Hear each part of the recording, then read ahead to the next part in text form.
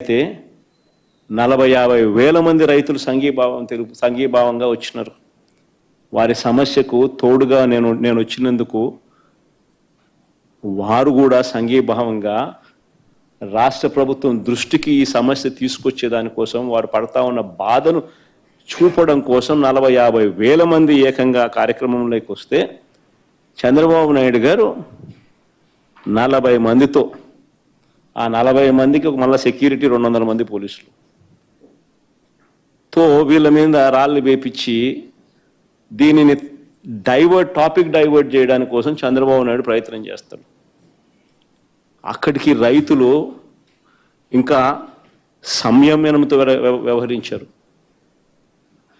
రైతులు అక్కడికి కూడా సంయమనంతో వ్యవహరించి ఎటువంటి ప్రతిచర్యకు దిగల.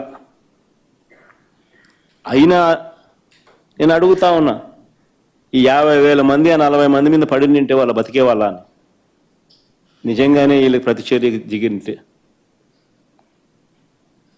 వీళ్ళు సంయమనం పాటించినారు కాబట్టి ఎటువంటి చర్య జరగల.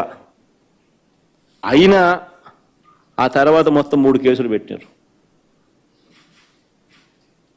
పొగాకు రైతులకు సంఘీభావం తెలపడానికి జగన్ పోతే 3 కేసులు, 15 మంది రైతులను అరెస్ట్ చేసి జైలుకు పంపినారు. 15 మంది రైతులను అరెస్ట్ చేసినారు. నేను అడుగుతాను, అయితే చంద్రబాబు నాయుడు, మేము రైతులకు అండగా నిలబడితే నీకు వచ్చిన నష్టం ఏమిటి అని అడుగుతాను. నీ ప్రభుత్వంగా నువ్వు చేయాల్సింది ఏమిటి? నీ ప్రభుత్వంగా నువ్వు చేయాల్సింది చేసి ఉంటే ఈ పరిస్థితి వచ్చి ఉండేదని అడుగుతా ఉన్నా. ఆయన చేయాల్సింది చెయ్యడు. ఎవరైనా ప్రశ్నిస్తే తిరిగి వారి మీద కేసులు పెట్టడం, అరెస్టులు చేయడం, సేడిస్టిక్గా వ్యవహరించడం, ఇది చంద్రబాబు నాయుడు చేస్తా ఉన్న సేడిజం.